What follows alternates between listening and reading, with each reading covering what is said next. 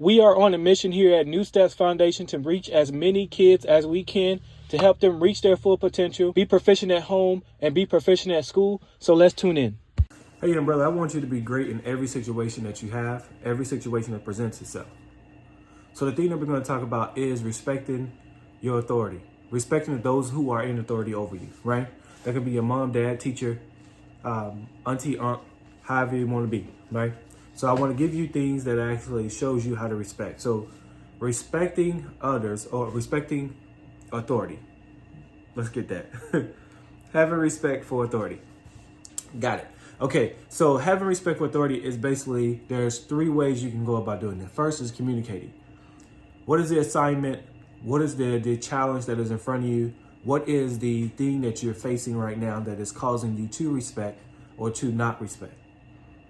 What is that? So you have to ask yourself that, well, is it the way they talk to you? Is it the way that they come at you? Is it the way they approach you? Now remember that you are a kid, that you are a teenager. Doesn't make you an adult. Doesn't make you a pre-adult. It just makes you an older kid, right? So the way they communicate with you, what are they trying to get you across? What is the information they're trying to get across to you?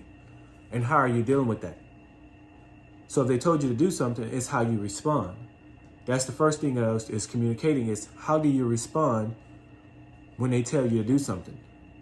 Are you talking back, or are you not listening? Are you doing what you want to do in that time? And are you doing it the way you want to do it instead of the way they want you to do it? That's not the way to go.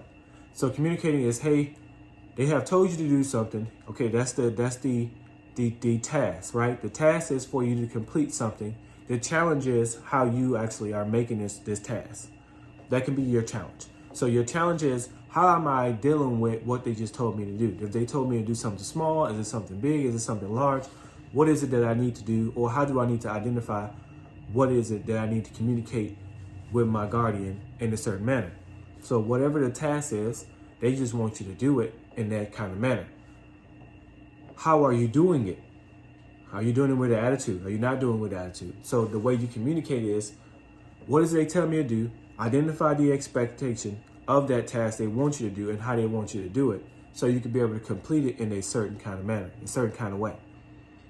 Communicating is all about how you're communicating with that other person in a way that you want them to respect you and they want you to respect them. Also, another thing is about communication is how well are you listening to the information that is given to you to be able to complete the task. Are you listening actively? Or are you listening passively? Or are you just not listening at all? If you're not listening at all, then that is showing that you do not care for that person, that you do not care for that person that is an authority for you. That is not acceptable. The way that you get respect is the way that you give respect. So it's a give and take. As a kid, you should be listening and taking in everything that you should take in.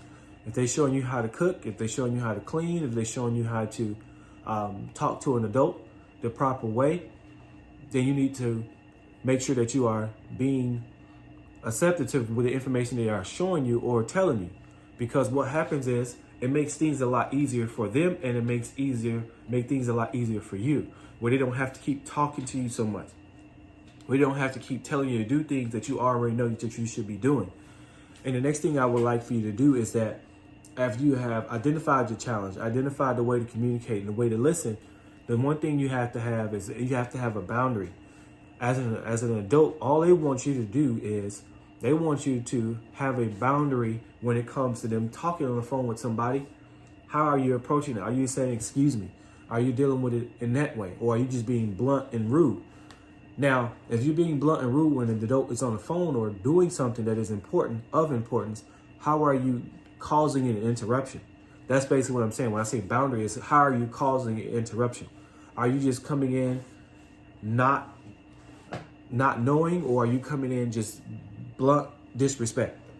So if you want to come in blunt respect, now remember, there's going to be repercussions on the back end that you're going to be faced with when you do those things. When you make this kind of decision, here's what you're accepting. Here's what you're going to receive. So when you're having a good, strong boundary, is basically saying, how do I need to cause an interruption when I need something, or I need some attention, or I need somebody to pay attention to what I'm saying or what I'm about to do and how you want me to do it. That's what that means.